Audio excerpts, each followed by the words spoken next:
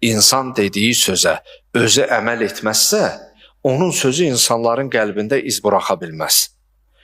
Əgər mən dediyimi sən gördün, mən özüm əməl eləmirəmsə, sən mənim sözümə qulaq asmayacaqsan və mənim sözümün səndə heç bir təsiri olmayacaq.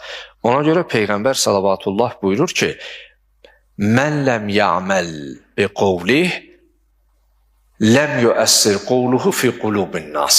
Əgər bir nəfər dediyi sözə özü əməl etməzsə, onun sözü insanların qəlbində heç vaxt iz buraxa bilməz. Mən bu məsələ ara sıra çəkərəm.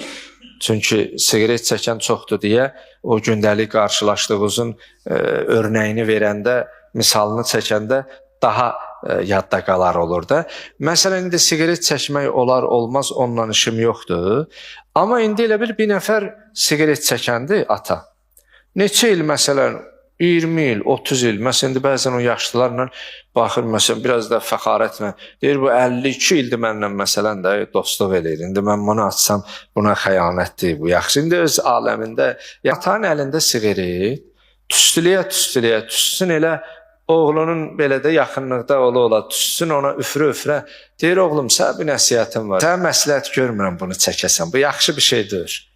İndi oğulla atanın arasında əgər pərdə götürülməyibsə, oğul qayıdıb bir yarı zarafat, yarı ciddi, deyər ata, yaxşı bir şey deyirsə, özün niyə çəkirsən?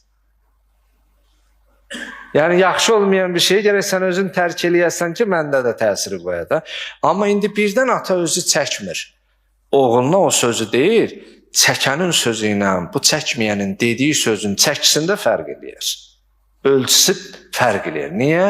Çünki bu adam o dediyi sözü öz əməl eləyir deyə deyir. Amma əməl eləməyən dediyi söz çəkili söz olsa da belə çəkisidən düşəcək.